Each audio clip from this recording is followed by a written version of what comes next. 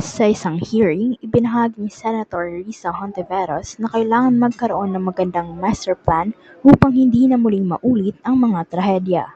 Sinasabing ang master plan sa 2017 flood control sa Cebu ay nasasayangan siya dahil hindi ito napagtutuunan ng pansin.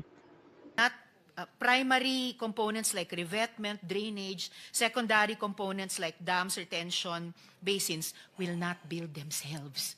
Kailangan po ipatupad ng DP, kailangan ipatupad ng DNR, kailangan ipatupad ng LGUs at ibang agencies. Hindi pwedeng pagkatapos ng trahedya sabihin ng lahat, hindi kami yun. It's someone else, it's something else. Hindi eh. Para makabayad utang tayo sa mga namatayan kahit taxpayer sila at inasahan nila ang flood control para hindi na maulit yung ganitong trahedya. We have to implement good master plans or good plans. Para Yes, Madam Chair. common sense lang po, sir. So I will salamat naman po for the initial answers. I'll suspend for now, Mr. Chair. Salamat po. Dagdag pa niya na sana sa susunod na master plan ay mas maging planado na ito at matugunan na ang flood control project sa Cebu.